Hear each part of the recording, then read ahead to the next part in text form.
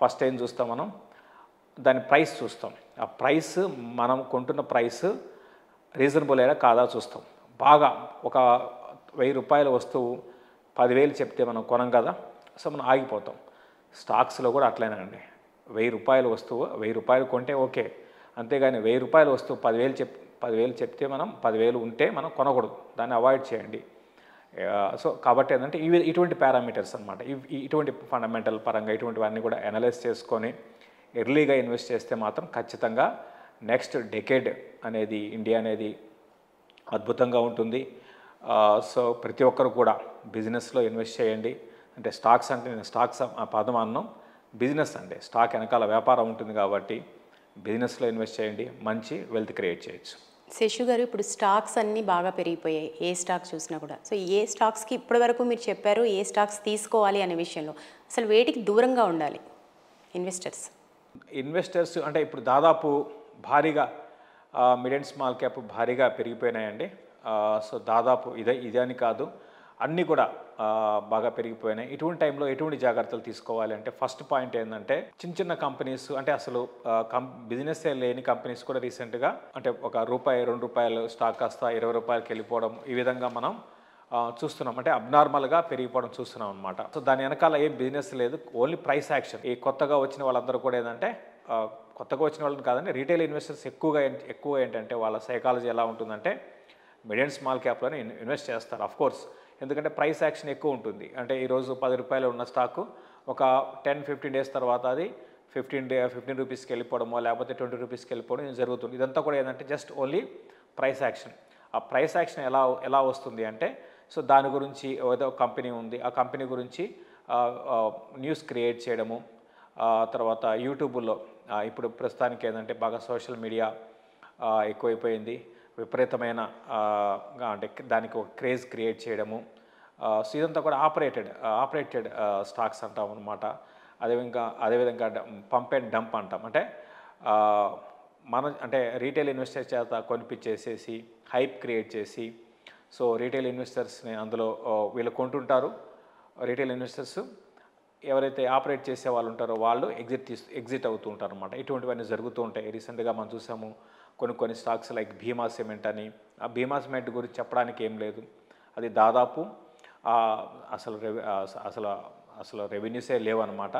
So ఆ company బాగా పెరిగిపోయింది, 180 దాకా వెళ్ళిపోయి మళ్ళీ ఇప్పుడు 40 రూపీస్కి వచ్చేసింది. ఈ విధంగా అనమాట.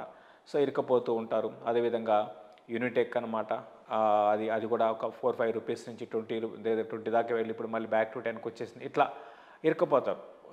1-2 సందర్భాలు మీరు 1-2 కాదు, ఇటువంటి చిన్న స్టాక్స్ సంపాదించినా కూడా ఏదో ఒక దాంట్లో ఇరుక్కుపోతారు. కాబట్టి ఏంటంటే సో ఇటువంటి వాటికి దూరంగా ఉండాలి.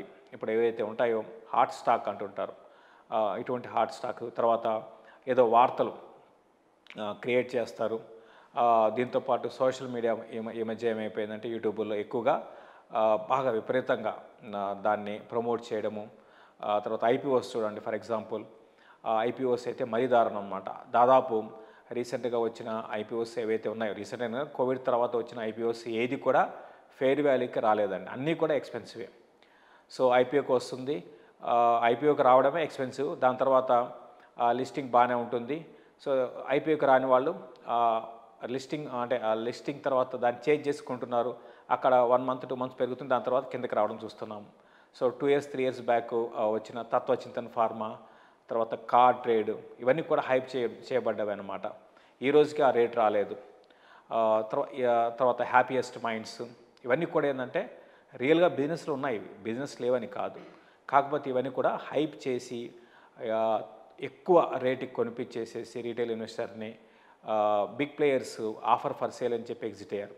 కాబట్టి ఈ డైనమిక్స్ అనేది చాలా పెద్దదండి, ఇది మనం ఒక రోజులో మాట్లాడుకునేది కాదు. ఈ సబ్జెక్ట్ అనేది చాలా పెద్దది.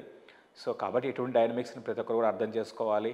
సో అర్థం కాకపోతే మీకు మీకు అవగాహన లేకపోతే ఎవరైనా ఫాలో కావడం చేసుకోవాలి. ఇవన్నీ కాదు అనుకుంటే అట్లీస్ట్ మీరు మ్యూచువల్ ఫండ్లో ఇన్వెస్ట్ చేయండి ఇనిషియల్గా, దాని తర్వాత స్లోగా స్టడీ చేయండి. అప్పుడు మీకంటూ ఒక అవగాహన వచ్చిన తర్వాత ఇన్వెస్ట్ చేసుకోవడం మంచిదండి. ఎగ్జాక్ట్లీ అండి, మీరు చెప్పింది ఇన్వెస్టర్స్ అందరూ ఖచ్చితంగా ఫాలో కావాల్సిన అవసరం ఉంది. ఇక ఇన్వెస్టర్స్తో పాటు ట్రేడర్స్ కూడా ఎక్కువైపోయారు. సో ట్రేడింగ్ చేసి నష్టపోతున్న వాళ్ళని చూస్తున్నాం. ట్రేడింగ్ చేస్తే సక్సెస్ అవుతారా? అయితే పర్సంటేజ్ ఎంత శాతం ఉంటుందంటారు? ట్రేడింగ్ పరంగా సక్సెస్ అనేది మన ఇండియా అని కాదండి, గ్లోబల్గానే చాలా తక్కువ అనమాట.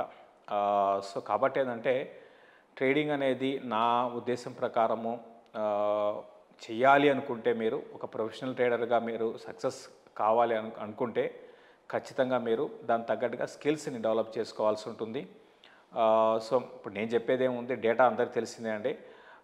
So last year for example తీసుకుంటే 90% ట్రేడింగ్ చేసిన వాళ్ళందరూ కూడా నష్టపోయారు. ఒక 10% సక్సెస్ ఉంది. ఆ 10% కూడా మళ్ళీ పక్క ఇయర్ నెక్స్ట్ ఇయర్ నష్టపోతారు. అందులో మహా అయితే సక్సెస్ నాట్ ఈవెన్ 1% కూడా లేదండి, చాలా తక్కువ ఉంటుంది సక్సెస్ రేట్ అనేది. సక్సెస్ ఎవరికి ఉంటుంది అంటే లైక్ స్కిల్స్ని డెవలప్ చేసుకోవాలి, ఏదో ఒక స్ట్రాటజీని ఫాలో కావాల్సి ఉంటుంది. దానికి ట్రేడింగ్ కంటే ఖచ్చితంగా ఏదో ఒక వాళ్ళకంటూ ఇంతకుముందు చెప్పిన ఒక స్ట్రాటజీని ఫాలో కావడము, లేదా టెక్నికల్ అనాలిసిస్ మీద వాళ్ళకి అవగాహన ఉంటే ఓకే, లేకపోతే నేర్చుకోవడము. అన్నిటికంటే వీటన్నిటిని డామినేట్ చేసేది ఎమోషన్స్ అనమాట. ఎమోషన్స్ని కంట్రోల్ చేసుకోవాలి, తర్వాత స్టాప్ లాస్ పెట్టుకోవాలి.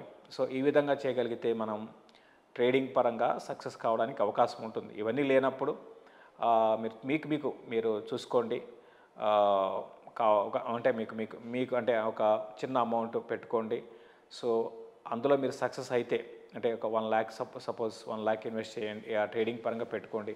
అందులో స్టడీగా అంటే ఒకరోజు రావడం అని కాదు, కంటిన్యూస్గా అందులో మీకు మీరు చూసుకోండి, ఎంత సక్సెస్ అవుతున్నారో ఎంతో చూసుకోండి, మీరు చూసుకోండి.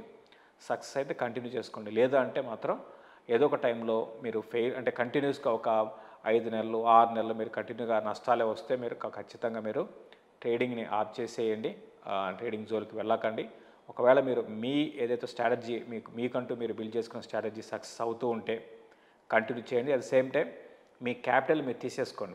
ఫస్ట్ చేయాల్సింది ఏంటంటే, మీరు సపోజ్ ఒక 5 లక్షలు ట్రేడింగ్లో పెట్టారు, 5 లక్షలు మీకు లాభం వచ్చింది అనుకోండి, 5 లక్షలు తీసి పక్కన పెట్టేసేయండి. ఆ వచ్చిన లాభంతో మీరు రిస్క్ తీసుకోండి. సో ఏదో ఒకటి టైం పెట్టుకోండి మీరు, అంటే ఈ 6 నెలల్లో నేను సక్సెస్ కాకపోతే ట్రేడింగ్లో ఇంకా ట్రేడింగ్ చెయ్యను అని ఆ విధంగా పెట్టుకొని మీరు బయటకు వస్తే ఓకే, లేకపోతే అదే మాయలో పడిపోతారు. సో వెల్త్ ఏమో కానీ హెల్త్ దెబ్బతినిపోతుంది.